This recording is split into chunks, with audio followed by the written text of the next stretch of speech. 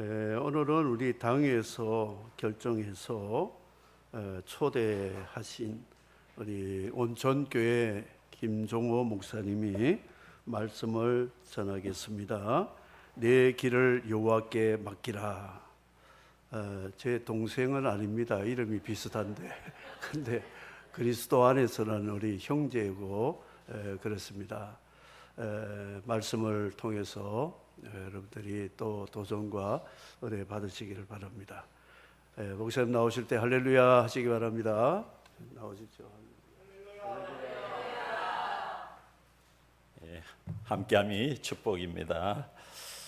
저는 재건 온천교회 김종호 목사입니다.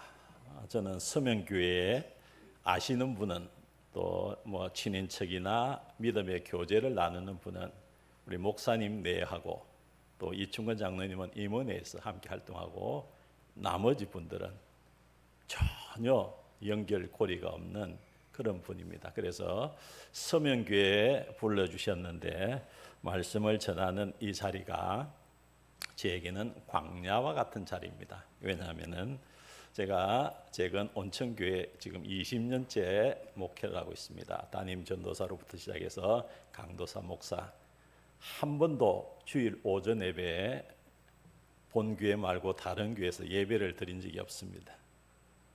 그래서 우리 김종일 목사님께서 불러주셔서 제가 순종하는 마음으로, 왜냐하면은 이름이 비슷하기 때문에 그래서 순종하는 마음으로 이 자리에 섰습니다. 말씀의 은혜가 함께하기를 간절히 바라고 소원합니다. 잠시 기도드리겠습니다.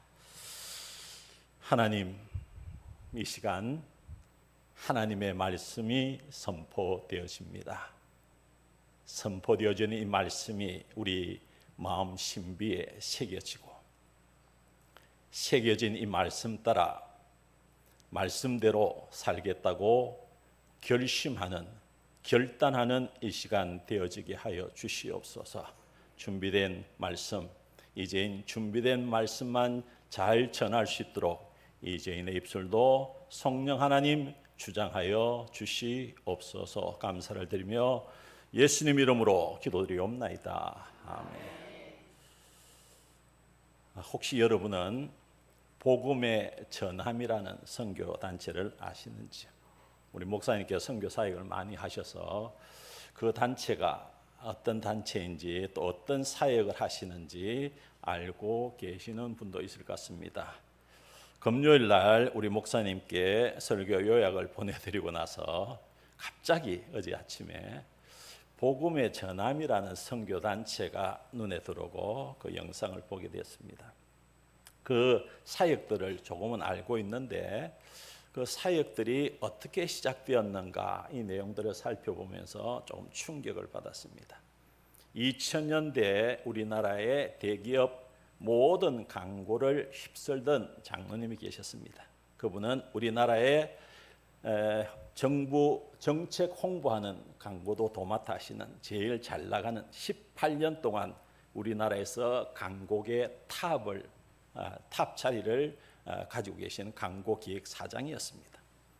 근데 하루는 10년 전에 하나님이 이런 마음을 주셨는 거죠.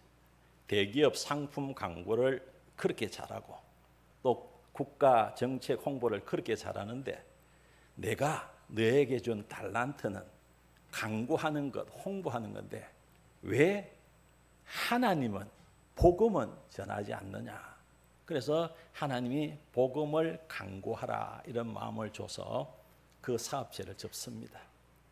그 사업체를 접으면서 그들이 내놓은 캐치프레이즈가 카피가 It's okay with Jesus.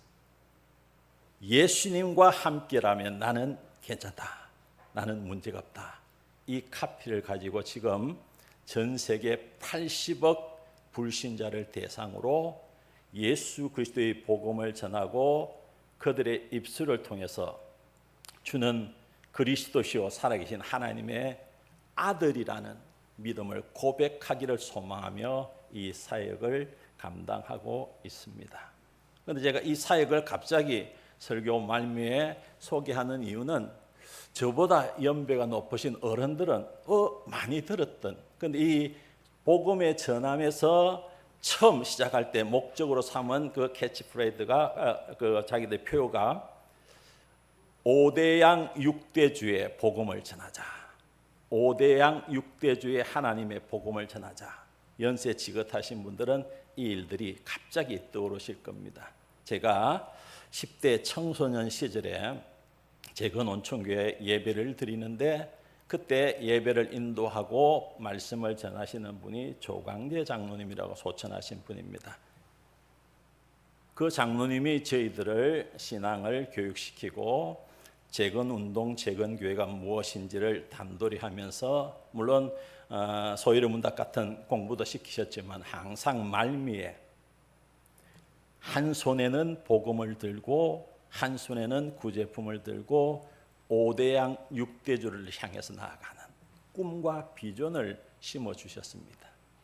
그래서 복음의 전함이라는 이 단체의 선교 사역 소식을 들으면서 50년 전에 제가 들었던 그 비전과 이분이 10년 전에 비전을 꿈을 품고 했던 사역들이 놀랍게 일치하고 있음을 발견하게 됩니다.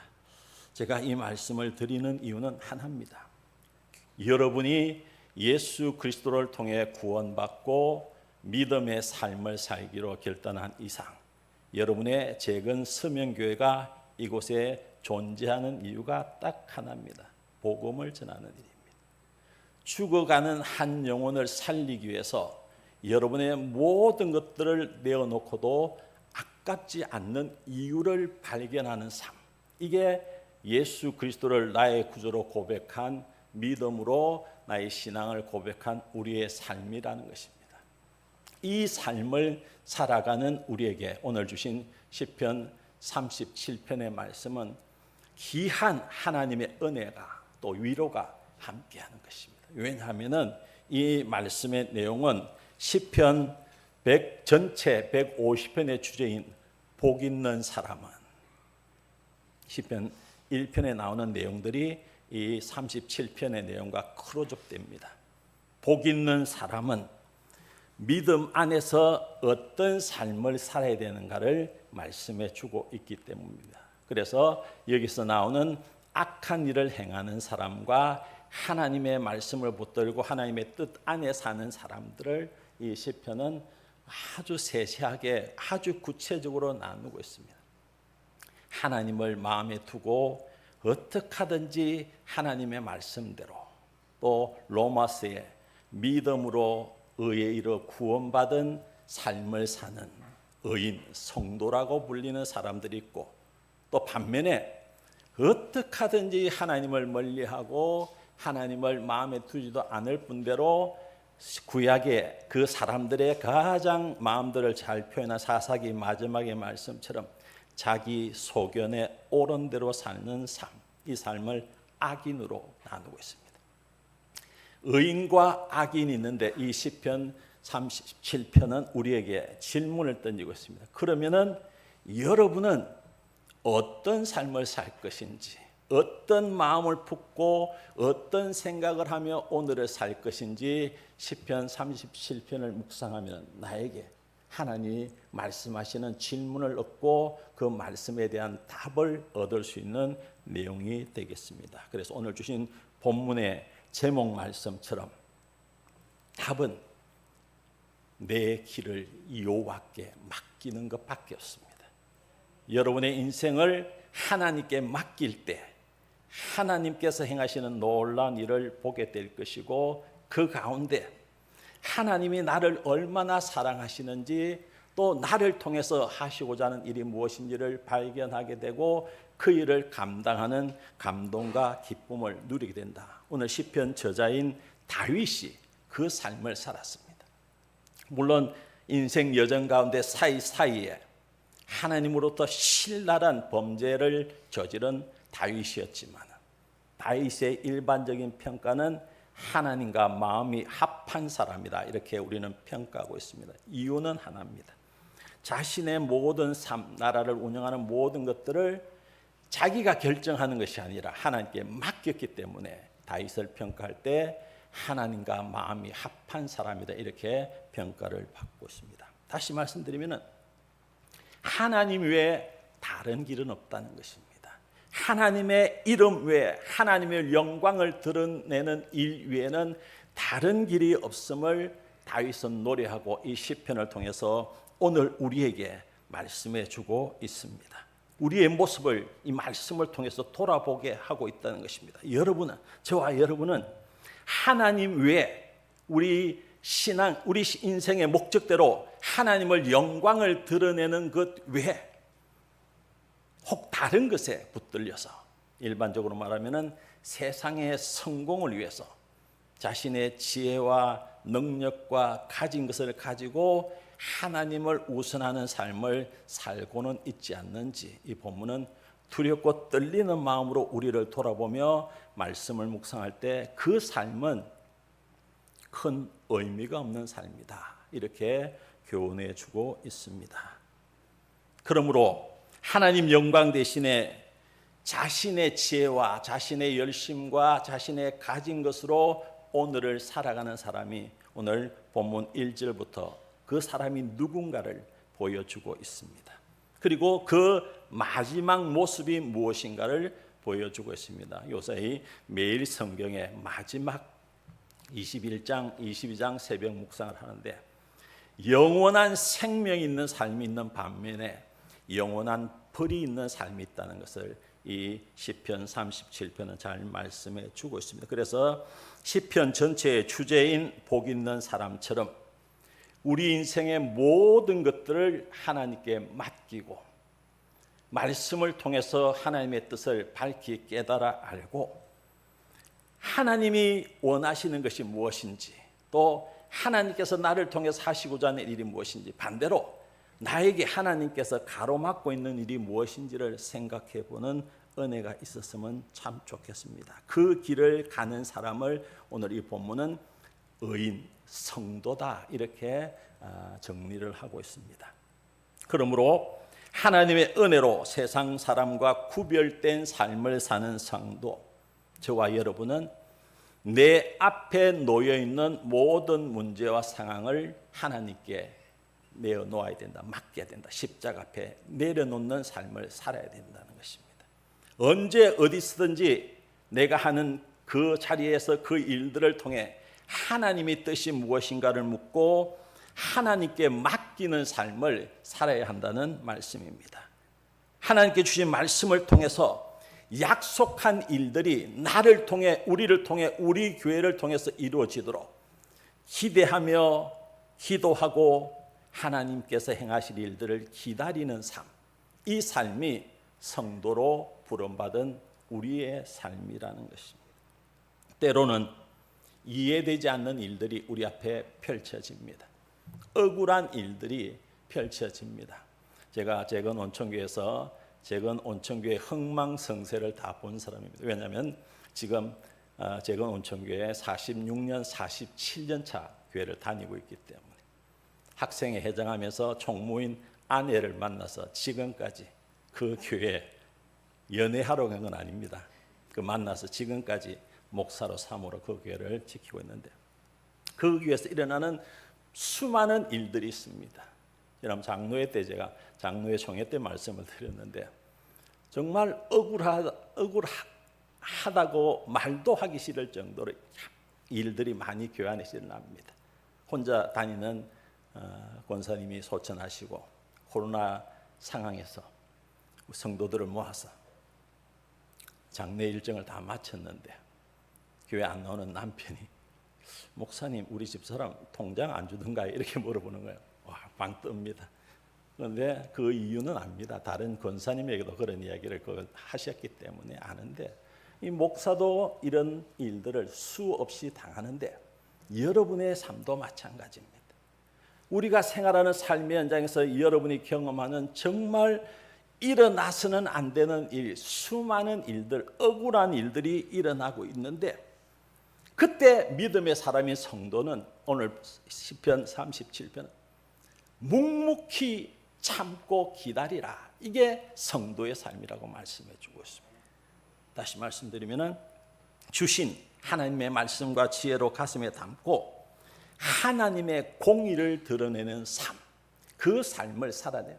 예수 믿는 사람, 교회가 존재하는 이유가 여기 있습니다. 세상 사람들과 같은 잣대를 가지고 그 일을 평가하고 그 잣대를 가지고 사람들을 대해서는 안 된다는 말씀이기도. 그래서 이렇게 우리의 모든 문제와 상황을 하나님께 맡기고 하나님의 공의를 드러내는 삶, 하나님은 놀라운 손길을 통해서 놀라운 일을 행하고 그 일을 통해서 하나님의 영광을 드러내게 하십니다. 우리 교회에서 제가 오늘 중계에서 자주 소개해드렸던 책 중에 밥보다 예수라는 책이 있습니다.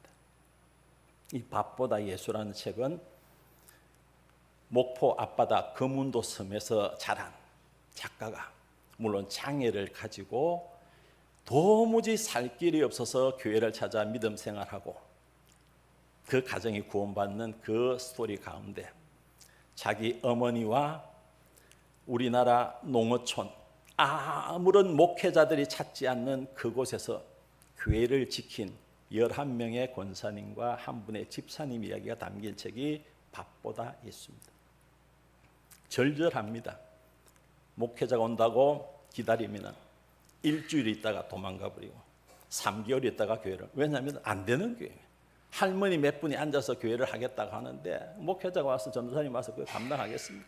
근데도 그 교회를 지켜낸 할머니들이, 그 할머니들을 공의로우신 하나님께서 어떻게 사용하셨는가를 기록한 내용이 있습니다. 그 아들 자녀들을 하나님께서 어떻게 축복해 주셔서 세워가는가를 기록한 책이 밥보다 예수입니다.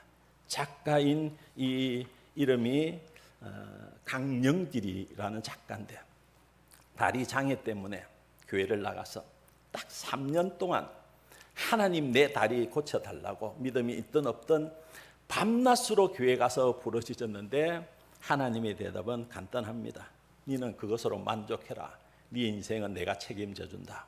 어린아이에게 이 음성이 들리자 놀라네. 지금 하나도 문제가 해결되어지지 않았는데 무슨 문제를 해결해 주냐고 이렇게 쏟아부었는데 놀랍게도 시간이 지나자 보는 거죠. 자기 인생이 시골 목포 앞바다 금운도 섬에서 서울 유학 가서 대학을 졸업하고 고등학교 선생님이 되고 이후에 강남의 일타 학원, 일타 강사로 이름을 날리다가 많은 돈을 끌어모다가 이게 아니다 해서 복음을 전하는 묵상하는 소설가로 세워진 사람이 강력의 작가입니다. 이렇게 고백합니다. 그 책에 더 이상 하나님께서 어떻게 더 잘 책임져 주실 수 없을 만큼 완전하게 나를 책임져 주셨다. 우리 인생을 완전하게 책임져 주시는 분은 하나님 한 분밖에 없다. 이렇게 고백하고 있습니다. 이 시편 37편이 그 이야기입니다. 1절부터 20절과 21절부터 40절까지의 내용인데 1절에서 20절까지는 말씀대로 사는 성도, 1절에도 악을 행하는 자 때문에 악인의 형통함을 보고 예수 믿는 우리가 어떻게 반응해야 되느냐는 질문을 던지고 있는데 답은 딱 하나입니다. 불평하지 말아요. 원망하지 말아요. 시기 질투하지 말아요. 2절에 그들은 풀과 같이 속히 배임을 당할 것이며 푸른 채소같이 세잔할 것이다. 하나님의 약속입니다. 세상에서 자신만만하게 자기가 하나님인 것처럼 사는 수많은 사람들을 예수 믿는 우리가 부러워할 필요가 없는 이유는 하나님께서 우리의 인생을 전적으로 책임져 주시기 때문입니다. 그래서 이 말씀을 통해서 우리가 특별히 재건 교회 안에서의 재건 신앙들을 다시 한번 굳건하게 세워야 됩니다. 저희 교회도 그렇고 부산 노예에 속한 교회들도 마찬가지고 가면 갈수록 재건 교회의 본질이 자꾸만 쇠락하고 있습니다. 간단합니다. 주일 성수, 예배 회복, 11조 같은 간단한 예수 믿는 사람이면은 너무나도 당연히 해야 하는 일들이 점점 우리의 삶 속에서 멀어지고 있는데 오늘 이 본문의 말씀은 그럼에도 불구하고 하나님께서 주신 말씀대로 말씀 따라 살아가면 약속입니다. 오늘 본문 읽으신 5절 6절에 있는 말씀입니다. 내 길을 여호와께 맡기라. 그를 의지하면 그가 이루시고 내 의를 빛같이 나타내시며 내 공의를 정오의 빛같이 하시리라. 하나님 외에 다른 것, 하나님 외에 다른 것을 우선하지 않는 삶을 하나님은 약속해 주고 있습니다. 내 의를, 내 공의를. 너 개인과 너가 붙들고 있는 공동체, 가정과 교회와 직장과 사업들을 빛같이, 정오의 빛같이 세워서 어두운 세상에 빛을 비추는 하나님의 영광을 드러내는 귀한 도구로 세우겠다고 약속하고 있습니다. 제가 어린 시절에 살았던 동네가 구덕 운동장이 있는 대신동이었습니다.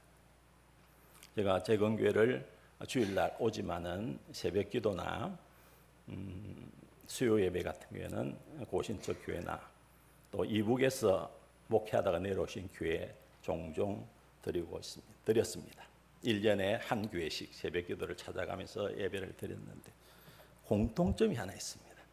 제 집 근처에 옆에 있던 동일교회 고신적 교회인데 그 새벽 기도를 가면 목사님이 1층은 아이들 유년주일 학교 예배드리는 마룻바닥이고 옛날 교회입니다. 지금은 동일교회가 큰 교회가 됐는데 초창기에 2층으로 올라가는 계단이 있고 계단을 둘러서 본당으로 예배를 드리러 가는데 목사님이 항상 그 계단 밑에서 나오는 거예요. 알고 보니까 교회에서 아파트를 찾아주고 목사님 제발 부탁하는데도 이 목사님은 계단 밑에 조그마한 골방 같은 곳에서 지금까지 평생 그래 살아오신 거예요. 북한에서 넘어온 이후에. 이유는 하나입니다. 혼자 내려와서 가족들이 보이는 거예요. 이렇게 이곳에서 내가 숙식을 생활을 해도 전혀 불편함이 없는 이유는 북녘 땅에 있는 가족들이 눈에 밟히기 때문에. 그 대표적인 인물이 장기려 박사입니다. 보건병원 원장이시고 자기 월급, 자기의 병원의 모든 사무비들을 가난한 사람에게 기꺼이 내어준 기록들을 대부분 알고 계시겠지만은 믿음의 스토리가 하나 있습니다. 그게 뭐냐면은 남북 이상 가족들이 북한 땅을 방문할 때 함께 북한에서 내려온 맏아들이 있었습니다. 맏아들이 북한 땅에 두고 온 형제들에게 뭐 좀 보내주시오. 돈이나 필요한 것들을 보내주면은 그 얼마나 어렵게 사는데 보내주면은 얼마나 큰 도움이 되겠냐 이렇게 물어서 장기려 박사 장로님이 딱 한마디로 거정합니다. 내 자녀는, 내 아이들은 하나님이 책임지신다. 그렇기 때문에 오늘 시편 37편의 말씀처럼 너는 선한 일을 해라. 병원 일을 하면서 병원비 없는 사람들 대신에 자기가 병원비를 채워주다 보니까 서울대 의대 의사 부부인 자기 아들 며느리에게 용돈을 다 쓰는 거예요. 병원 원장이고 병원에서 나오는 수입이 꽤 많을 건데 자신의 모든 것들을 내어주고 어렵고 힘든 이웃들을 향한 오늘 본문의 선한 일에 힘쓰는 이유는 하나입니다. 하나님이 내 자식들을 책임져 줄 것이다. 이게 어떻게 결론이 나냐면은 장기려 박사가 장로님이 소천하시고 맏아들인 아들이 이제 이산가족 방문 때 북한을 가게 됩니다. 아들이 놀란 거죠. 40여 명이 되는 자기 형제와 그 밑에 아이들 전부 다 북한 땅에서 의사를 하고 있는 거예요. 아주 잘 사는 거예요. 그래서 아들이 이렇게 아버지의 신앙을 기록하고 있습니다. 아버지의 신앙이 맞다. 하나님께 맡기면은 북한 땅, 그 죽어가는 북한 땅에서도 그 자녀들을 지켜주시는 하나님, 그 하나님이 내가 믿는 하나님이다. 이런 고백을 하면서 고백을 한 것을 보게 됩니다. 목사님께서 45분쯤 마치라고 그랬는데 시간이 다가옵니다. 그래서 시편 37편에 내가 어려서부터 늙기까지 의인이 버림을 당하거나 그의 자손이 걸식함을 보지 못하였도다. 그는 종일토록 은혜를 베풀고 구워주니 그의 자손이 복을 받는다. 의인, 성도의 자식은 걸식하지 않습니다. 구워서 살지 않습니다. 약속입니다. 오늘 본문의 말씀처럼 종일토록 하는 모든 일들, 선한 일을 할 때 하나님께서 우리 자녀들에게 복을 주시는 하나님, 우리가 남에게 나눠주고 구워주고 베풀어 주는 것, 하나님께서 그걸 받으셔서 우리 자손들에게 복으로 내려주실 것이다. 여러분의 자녀들이 걱정되면 그 길을 하나님께 맡기고 하나님께서 원하시는 삶, 믿음의 길, 은혜의 길로 나아가시기 바랍니다. 그리하면 여러분을 통해서 다음 세대 하나님 나라가 여러분을 통해서 이 땅에 세워질 줄 믿습니다. 또 하나 약속이 있습니다. 이 모든 것들을 하나님께 맡기고 하나님이 일하심을 기대하며 기다리는 성도에게 하나님은 이렇게 약속합니다. 이 땅을 차지할 것이다. 우리가 하는 모든 일, 사업과 또 직장과 가정과 영원한 기업인 천국까지를 의미하는 이 땅을 차지할 사람, 성도로 불리는 우리들인데, 그러므로 우리는 더더욱 열심을 가지고 믿음 생활을 해야 된다는 거죠. 지난주에 우리 교회 재직 헌신 예배가 있어서 저희 교회는 재직 헌신 예배를 하면은 장로님, 권사님, 집사님 올라 설교를 합니다. 저는 고등학교 2학년 때부터 학생 예배 설교를 제가 했습니다. 그래서 재밌습니다. 뭐 어떤 분은 성경을 풀어오기도 하고 어떤 분은 신앙 간증을 하기도 하는데, 그런데 딱 하나 재직 예배를 드리면서 목회자를 잘 섬기면은 책에 나오는 내용입니다. 자녀들이 복을 받는다. 헌신하면은 건강의 복을 받고, 물질을 드리면은 물질의 축복을 받고, 목회자에게 잘하면은 자녀들이 복을 받는다. 오늘 이 본문의 내용과 크로즈업되지는 않지만 이 생각이 갑자기 듭니다. 왜냐하면은 우리가 사는 이 땅의 모든 것들은 하나님의 선물이고, 이 선물을 받은 우리들은 정오의 빛같이 하나님의 영광을 드러내는 삶을 살아내야 된다. 완전하게 하나님이 그 길을, 그 인생을 맡겼더만은 책임져 준 사람들이 있습니다. 그 두 분만 간단하게 소개하고 말씀을 맺도록 하겠습니다. 한 분은 분당 서울대병원의 이규환 교수입니다. 혹시 들어본 분이 계실지 모르겠습니다. 휠체어를 타는 치과 의사입니다. 자신만만하고 자신의 인생이 자기 마음대로 된다고 자신만만했던 의대 본과 학생이 친구들과 수영장에 수영하다가 수영장 바닥에 머리가 부딪힙니다. 전신마비에 호흡도 쉬기 어려운 곤란한 상태가 이어지고 일주일 동안 중환자실에 누워 있는데, 첫 번째 하나님 나 좀 살려달라고 부르짖다가 도무지 하나님이 답을 안 주시니까 제발 나를 데려가 달라고 기도합니다. 안타깝잖아요. 부모들은 그것을 지켜보면 땅을 치는데, 그런데 그렇게 부르짖다가 하나님 주신 마음이, 이 상황에서 네가 할 수 있는, 제일 잘할 수 있는, 좋아하는 일이 뭐냐 계속 묻게 하고 답을 얻게 하는데, 답은 자기가 공부하고 있는 치과 의사입니다. 전신마비입니다. 호흡조차, 머리는 말짱한데 정신은 맑은데 사지 육신은 움직일 수 없는 이 청년에게 네가 잘하는 것을 해라 하는 말씀을 주십니다. 그래서 이제 조금 재활해서 휠체어 탈 수 있을 정도 됐을 때 의대 학장에게 찾아가서 내 공부를 계속하겠다. 모든 사람이 불가능한 상황인데 공부를 하겠다고 찾아온 이 학생에게, 청년에게 학장 한 사람만 이거 공부하겠다는데 어떻게 하든지 해보라고 그러니까 다시 복학식을 받아주는 거예요. 그런데 이분이 이후에 어떤 삶을 사냐면, 다른 학생은 한 번, 두 번 메스를 대고 도구를 가지고 치료를 하는데 자기 손이, 기계 손이 뭉텅이 손이 될 정도로 우리가 하면 한 번, 두 번 하는 것을 10,000번 이상 노력해서 치과 의사 자격증을 땁니다. 그런데 또 벽이 있습니다. 받아주는 데가 없어요. 치과 의사 자격증을 가졌는데 받아주는 사람이 1년 동안 100군데 넘는 크고 작은 병원을 찾아다녔는데 받아주는 데가 없었는데 분당 서울대병원에서 받아주세요. 근데 분당 서울대병원에 의사로 치과의사로 들어갔는데 또 문제가 다 벽이 있습니다. 환자들이 진료받으러 아무도 안 올라가는 거죠. 휠체어에 앉아서 손만 까딱까딱하는 이 의사에게 누가 진료를, 나이가 많은 어른들은 와서 막 욕을 하면서 나가기도 하는데, 왜냐하면 한 번, 두 번 고비를 넘은 이분은 딱, 그러니까 우리가 병원을 찾아가면 의사 앞에 말 못하는 사람들이 있습니다. 내가 하고 싶은 말이 있는데 못하는 사람들, 그런 사람들이 딱 앉아 있으면 딱 이야기를 합니다. 나는 느린, 다른 의사처럼 빠르게는 할 수 없지만은 이 세상 어떤 의사보다도 꼼꼼하게, 정직하게, 바르게 치료해 줄 수 있다.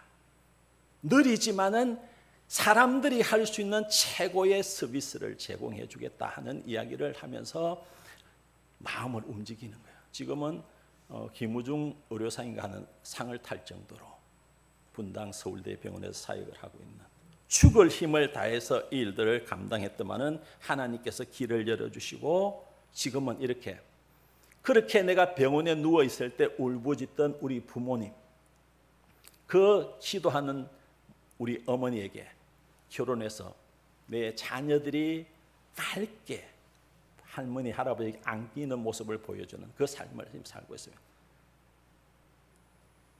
딱 한 분만 더 소개하고 말씀 뵙겠습니다.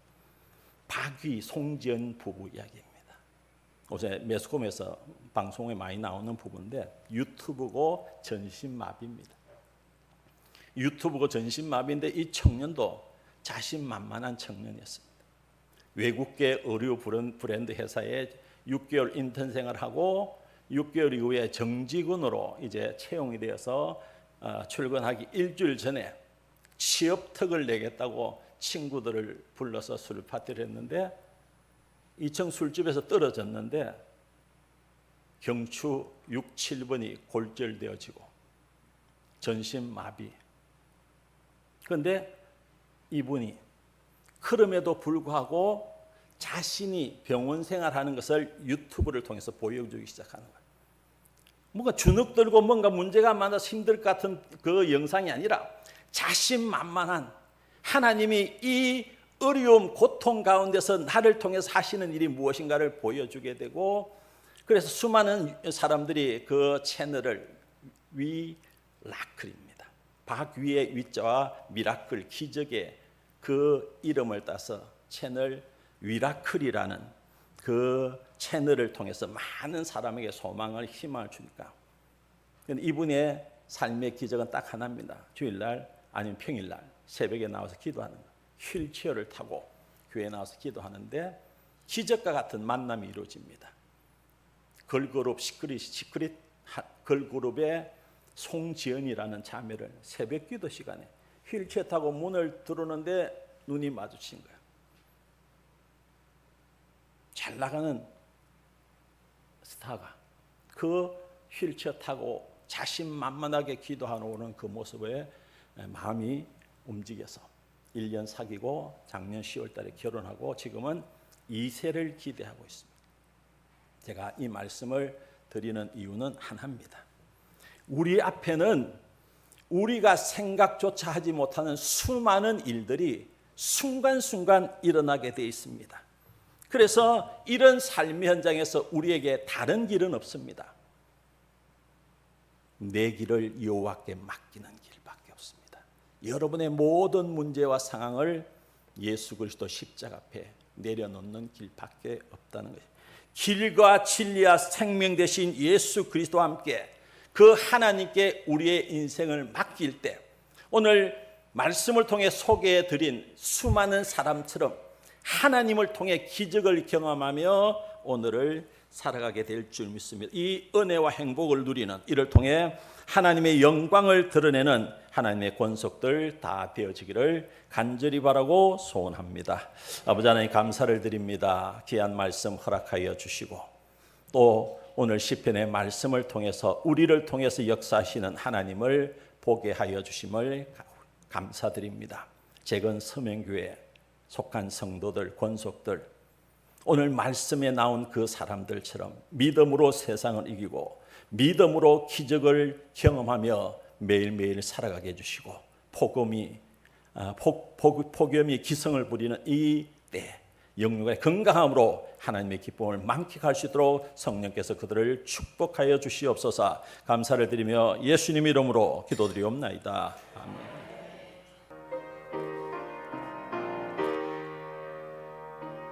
약하고 추해도 찬양하시겠습니다.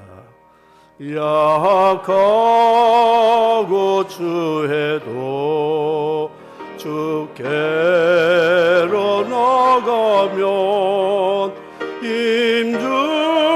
힘주시고 내 주함을 곧 씻어주시네.